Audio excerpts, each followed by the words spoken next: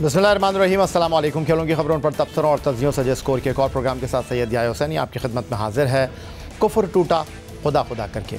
Asia cup 2023 पर Asian cricket council ने बिलाखिर पाकिस्तान के हाइब्रिड मॉडल को मानते हुए इवेंट की तारीखों का ऐलान कर दिया। गुज़िश्ता चंद माह से एशिया कप के लिए पाकिस्तान की मेज़बानी, भारत के पाकिस्तानी सरजमीन पर खेलने से इनकार और एशियन क्रिकेट कौंसिल में शामिल मुल्कों के वाज़ेह मौक़िफ़ न होने की वजह से गुमगू की सूरत हाल बरकरार रही थी। पाकिस्तान क्रिकेट बोर्ड ने भारत के पाकिस्तान में खेलने से इनकार के बाद हाइब्रिड मॉडल को पेश किया था, जिसमें भारत के मुकाबले पाकिस्तान के अलावा किसी दूसरे मुल्क में कराने की तजवीज़ थी, लेकिन भारतीय क्रिकेट बोर्ड इस पर भी रजामंद दिखाई नहीं दे रहा था, जिसके बाद पीसीबी ने वाज़ेह मौक़िफ़ अपनाया कि अगर भारत एशिया कप पाकिस्तान की मेज़बानी में नहीं खेलेगा तो पाकिस्तान के पास भी वर्ल्ड कप के बाइकआउट का हक़ मौजूद है। और chairman management committee PCB Najam Sethi ने बैकडोर डिप्लोमेसी के ज़रिए एशियन कौंसिल के रुकन ममालिक से बातचीत जारी रखी और अपने मौक़िफ़ पर भी कायम रहे, जिसका नतीजा ये निकला कि जय शाह की सरबराही में एशियन क्रिकेट कौंसिल ने पाकिस्तान के हाइब्रिड मॉडल के तहत खेलने पर रजामंदी ज़ाहिर कर दी और अब ये इवेंट 31 अगस्त से 17 सितंबर तक पाकिस्तान और श्रीलंकन सरजमीन पर मुनक़्क़िद होगा। एशिया कप के 4 मैच पाकिस्तान और फाइनल समेत 9 मैच श्रीलंका में खेले जाएंगे। इवेंट में पाकिस्तान, भारत, श्रीलंका, बांग्लादेश, अफगानिस्तान और नेपाल की टीमें एक्शन में नजर आएंगी। इन टीमों को 2 ग्रुप्स में तकसीम किया गया है।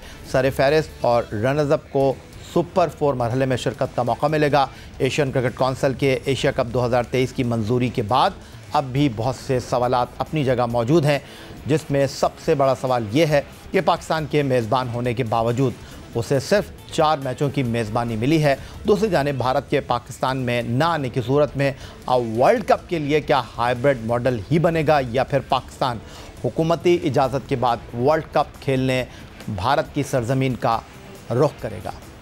और आज इस तमाम सूरत हाल पर गुफ्तगू करने के लिए स्टूडियो में हमें ज्वाइन कर रहे हैं पाकिस्तान के टेस्ट फास्ट बॉलर क्रिकेट के सिकंदर बख्श साहब, आपको खुशामदीद कहेंगे। इस्लामाबाद स्टूडियो से हमें ज्वाइन कर रहे हैं दी न्यूज़ इंटरनेशनल के स्पोर्ट्स कॉरेस्पॉन्डेंट अब्दुल मोईशा साहब और मुंबई से हमारे साथ होंगे इंटरनेशनल क्रिकेट कौंसिल के मीडिया डिपार्टमेंट के साथ वाबस्ता रहने वाले सहाफ़ी चंद्रेश नारायण, जिन्होंने श्रीलंकन क्रिकेट टीम के साबिक़ कप्तान सन जयसूर्या की किताब भी लिखी है। गुफ्तगू की शुरुआत सिकंदर बख्श साहब आपसे करना चाहूँगा। किस तरह देख रहे हैं आप, कामयाबी कहेंगे इसको आप पाकिस्तान की? कुछ लोगों का ख्याल ये है कि जी एशिया कप का मेज़बान पाकिस्तान, लेकिन सिर्फ 4 मैच होना, ज़्यादा खुश होने की ज़रूरत नहीं है। नहीं, मैं भी यही समझता हूँ कि जो आप कह रहे हो कि मुझे नहीं ये लॉजिक ही नहीं समझ में आ रही। मैं तो इस पे एशियन क्रिकेट काउंसिल को भी और आईसीसी दोनों को ब्लेम करूँगा। आईसीसी को इसलिए भी करूँगा कि वर्ल्ड कप उन्होंने हमें दे दिया, एक उनको दे दिया, चैम्पियंस ट्रॉफी हमें दे दी, ना हम उधर जाने को तैयार, वो ना हमारे आने पर तैयार, तो ये भी एक घपला ही रहेगा। और ACC को पता है कि भारत इधर नहीं आता, उनको भी नहीं चाहिए कि उनको चाहिए न्यूट्रल ग्राउंड्स पे रखें ताकि ये झगड़े ही ना हो जब तक कि दोनों की सरकार तैयार ना हो जाए। देखें, पाकिस्तान ने कभी किसी चीज़ के लिए मना नहीं किया, वो चाहते हैं कि आएँ पाकिस्तान, इंडियंस आएँ खेलें। मैं बाज़ार में जाता हूँ, हर कोई मैं आम आदमी की बात कर रहा हूँ, जो हमारे क्रिकेट फैंस हैं असल में, वो सब ये चाहते हैं कि भारत इधर आए, पाकिस्तान भारत जाए, खेलें, क्रिकेट का एक माहौल बने। मगर ये क्या इससे हमें फ़ायदा होगा, ये मुझे अभी तक नहीं पता। ये किसी से डिटेल में बात की जाएगी। हो सकता है कि जो फाइनेंशियल्स इसमें प्रॉफिट्स हैं वो हमें मिल जाएंगे शायद, इसलिए कि श्रीलंका में जो मैचेस होंगे उसका जो प्रॉफिट होगा वो भी हमें मिलेगा, because we are the host. I think that is the only formula. मगर वो जो सवाल आपने पहले उठाया वो सवाल फिर मैं उठाऊँगा कि वर्ल्ड कप में क्या होगा, क्या यही फार्मूला अप्लाई होगा वर्ल्ड कप में भी, या हम वहाँ चले जाएंगे? चलें, वर्ल्ड कप के हवाले से भी मैं आपको अपडेट करता हूँ। और आपने जो बात की कि क्या कुछ पाकिस्तान की किटी में आना है, और आपने बात की कुछ फाइनेंशियल हवालों से और फ़वाइद के हवाले से, तो उस पर भी मैं आपको अपडेट कर देता हूँ।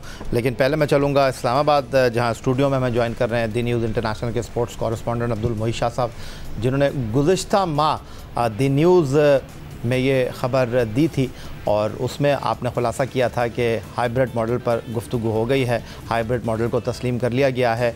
तो मोईशा साहब, मैं आपसे ये नहीं पूछूंगा कि हाइब्रिड मॉडल जो है वो कामयाब हो गया है, पाकिस्तान का मौक़िफ़ जो है वो तस्लीम कर लिया गया है। मैं आपसे ये जानना चाहता हूँ कि जो इस्लामाबाद में इस वक्त मामला चल रहे हैं, जो बैनुसूबाई राब्ते के वज़ीर हैं मज़ारी साहब, वो बहुत ज़्यादा सरगर्म हैं, तो इसका फ़ायदा बराह रास्त नजम अज़ीज़ सेठी साहब को मिल रहा है या नहीं मिल रहा कि उनके लिए थोड़े से मामला साजगार होंगे? देखिए, आज पता नहीं आपको कोई अपडेट पता लगी है कि आज फिर नजम सेठी साहब पीएम को मिले और हालात ये हैं कि अब ये अगला कमिंग वीक बड़ा क्रूशल है कि नाम एक्सेप्ट होता है किसका, और वहाँ प्राइम मिनिस्टर हाउस से कौन से दो नाम आते हैं मिनिस्ट्री को। नहीं, शॉट तो अच्छे खेलते हैं ना मोईशा साहब, नजम अजीज सेठी साहब, और किस्मत भी उनका साथ दे रही है। एशिया की सतह पर कामयाबी हासिल कर लिया है, भारत को उन्होंने मनवा लिया है, तो आपको नहीं लगता कि क्रिकेट बोर्ड के चेयरमैनशिप के ओहदे पर भी वो भरा जमान रहेंगे? देखें, ये it's too early to say anything. बड़े मुश्किलात हैं मेरा ख्याल है हाई-अप्स के लिए भी कि वो डिसाइड करेंगे किसको हम नॉमिनेट करें। अगर दोनों को नॉमिनेट करते हैं, शेख ज़का अशरफ को और नजम सेठी को, तो दोनों के लिए एक्सेप्टेबल नहीं है। बड़ी इंटरेस्टिंग चीज़ है, दोनों ने एक्सेप्ट नहीं करना कि हम दोनों गवर्निंग बोर्ड में आ जाएं, क्योंकि इस तरह झगड़े बनेंगे। अभी तक जो हालात नज़र आ रहे हैं वो डिसीजन नहीं कर पा रही जो हायरार्की है कि किसको गवर्निंग बोर्ड में मेंबर भिजवाया जाए और कौन नया पाकिस्तान क्रिकेट बोर्ड का चेयरमैन, इलेक्टेड चेयरमैन होगा। ये हालात इस तरह और ज़्यादा संगीन हो गए हैं कि क्योंकि देखें, प्राइम मिनिस्टर एक तरफ और कोलिशन गवर्नमेंट, और जरदारी साहब ने क्लियर कहा है और मिनिस्टर ऑफ आईपीसी ने भी क्लियर कहा है कि जब तक हमारी मिनिस्ट्री का बंदा, जो हमारी मिनिस्ट्री का हक है, हम पे आईपीसी मिनिस्ट्री है, that is with Pakistan people's party, और पीपल्स पार्टी का नॉमिनेटेड बंदा ही इस पोस्ट पे जाएगा। ठीक है, क्योंकि ठीक हो गया मोईशा साहब, ऊँट के करवट बैठेगा, ये तो आने वाला वक्त इस बात का खुलासा करेगा। लेकिन रावी फ़िलहाल चैन की बांसुरी बजा रहा है। ऐसा ना हो कि जिस तरह बिल्कुल खामोशी के साथ एशिया कप का टूर्नामेंट का हाइब्रिड मॉडल मंजूर हो गया तो नजम अजीज सेठी साहब अपने घोड़े दौड़ा रहे हैं। तो अब सीधा चलते हैं मुंबई, जहां हमारे साथ भारतीय सहाफ़ी चंद्रेश नारायण जी मौजूद हैं। तो नारायण जी, क्या कहते हैं, इसको आप भारत की शिकस्त कहेंगे, मसलहत पसंदी कहेंगे, या वर्ल्ड कप का दबाव कहेंगे? आई थिंक इसको मैं कहूँगा क्रिकेट की जीत, क्योंकि हम सब चाहते थे कि ये क्रिकेट हो किसी तरह से। मैं फ्रैंकली कहूँ याया भाई, मैं रोज इन कहानियों से तंग आ गया था। मैं जब भी यूट्यूब में जाता था तो मैं कुछ यूट्यूब चैनल से पाकिस्तान से, कुछ यूट्यूब चैनल से मुंबई इंडिया से, रोज उसमें आता था कि ये है नया अपडेट, खुलासा कर रहे हैं हम, और ये वो सब। मैं तो तंग आ गया था। मैंने कहा नहीं तो देखते क्यों थे यार, आप ना देखा करें ना। मैं देखता था क्योंकि खाना खाते वक्त और सुबह को नाश्ता करते वक्त ये देखना बहुत पसंद है, और मैं घर पे तब होता हूँ तो मैं देखना पसंद करता हूँ इस तरह के, मतलब वो जिस तरह से हमारे यहाँ पे सास बहू की सीरियल्स होते थे ना, उस तरह से मैं ये इसको देखता था। और पर मैंने जब पिछली बार आपके शो पे आया था, जब आपने बुलाया था मुझे, तब मैंने आपसे कहा था कोई ना कोई बीच का रास्ता निकल आएगा, और वो बीच का रास्ता मेरे ख्याल से सबको इसमें फायदा है। और आई थिंक ना इसमें भारत की जीत हुई है ना पाकिस्तान की जीत हुई है, मुझे लग रहा है क्रिकेट की जीत है, क्योंकि एशियन क्रिकेट काउंसिल एक लावारिस बॉडी है, और इसको जब तक वापस उसी मुकाम तक ना लेके जाया जाए जो पहले होता था जब वो कोलालमपुर में बेस था, तब तक वो इसी तरह चलता रहेगा कि कभी इस तरफ होगा, कभी उस तरफ होगा। यहाँ पे एक मशहूर गाना था, घुंघरू की तरह बचता ही रहता हूं मैं, ये एक जमाने में गाना था। ये वही बात है एशियन क्रिकेट काउंसिल का भी। तो मुझे लग रहा है कि ये बिल्कुल सही हुआ है कि आखिरकार ये तय हो गया कि टूर्नामेंट होगा। चलिए 4 मैच वहां पर। अच्छा चंद्र जी, मैं यहाँ पर ब्रेक की तरफ मूव करूंगा, ब्रेक से वापस आऊंगा तो आप ही को ऑन बोर्ड लूंगा। लेकिन एशिया कप के 4 मैचों की मेज़बानी हमें मिली है, खुशी इस वक्त चंद्रेश नारायण जी को हो रही है, और भारत में जो है इस वक्त बहुत सुकून दिखाई दे रहा है, क्योंकि वर्ल्ड कप का क्या मामला सेटल डाउन हो गया है इस एशिया कप को लेकर, या पाकिस्तान क्रिकेट बोर्ड अब इस हाइब्रिड मॉडल को जो है वो वर्ल्ड कप में भी अप्लाई करने की बात करेगा। ये सवाल लेकर मैं चंद्रेश की तरफ चलूंगा, लेकिन एक ब्रेक के बाद।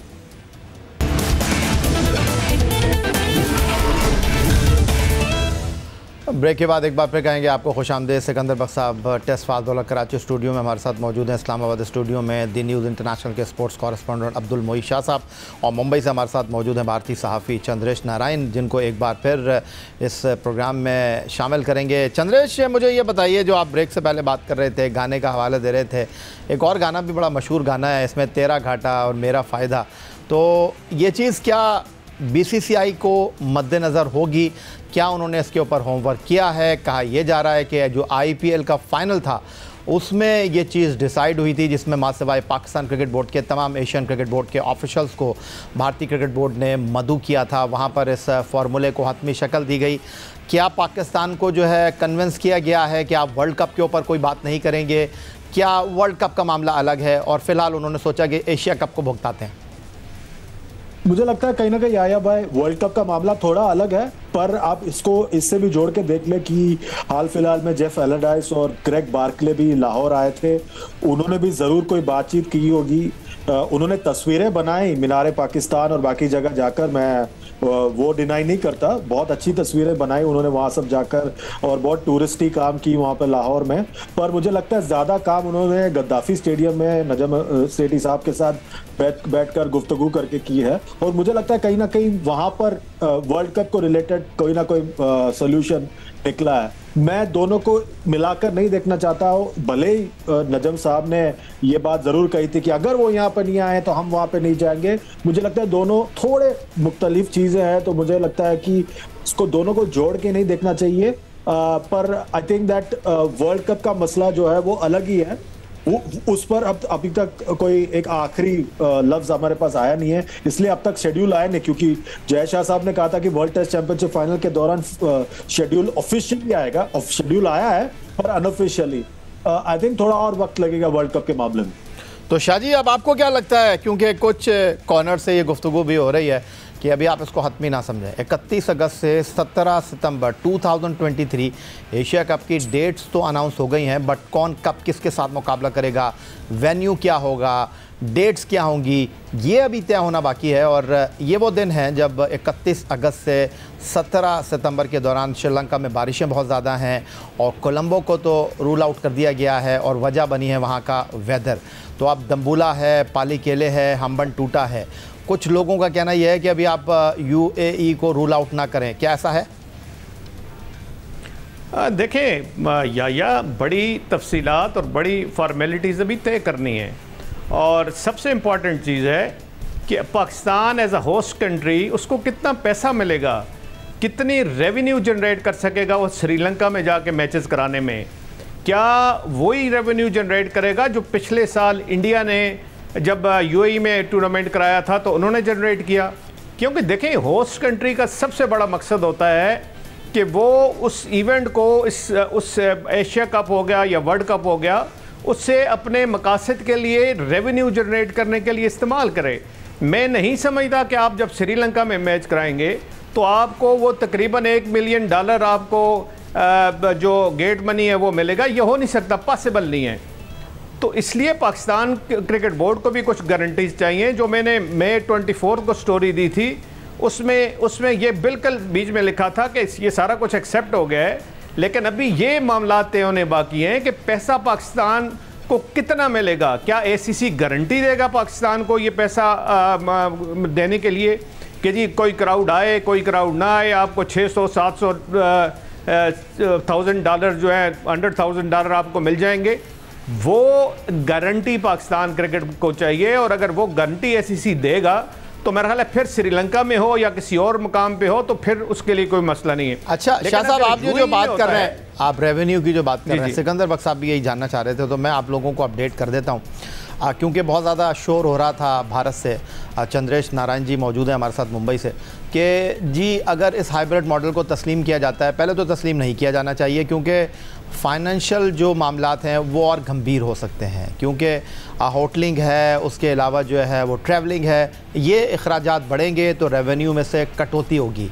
तो वाज़े तौर पर नजम अजीज़ सेठी साहब ने कहा था कि भाई इन अखराजात को एशियन क्रिकेट कौंसिल को अपने पल्ले से अदा करना चाहिए, अपने ख़जाने से अदा करना चाहिए। और जहाँ तक आप बात कर रहे हैं कि पाकिस्तान क्रिकेट बोर्ड को कितना रेवेन्यू मिलने की तवक्को है, तो एक अंदाजे के मुताबिक 1 अरब रुपए के करीब पाकिस्तान क्रिकेट बोर्ड को जो है वो रेवेन्यू की उम्मीद है। और उसकी बुनियादी वजह यह है कि इस टूर्नामेंट में 2 मैच शॉर्ट हैं पाकिस्तान बमुकाबला इंडिया। एक ग्रुप मैच है क्योंकि पाकिस्तान, नेपाल और इंडिया एक ही ग्रुप में है, और दूसरा सुपर 4 मलरे में पाकिस्तान और भारत का मुकाबला मुतवक्के है। और अगर आपको याद हो तो last year Asia cup cricket tournament हुआ था यूएई में, वहाँ पर भी यही रखा गया था कि 3 मैच हो जाएँ, लेकिन भारत की टीम जो है वो फाइनल के लिए क्वालिफाई नहीं कर सकी थी। श्रीलंका श्रीलंका की टीम फाइनल में पहुंची थी।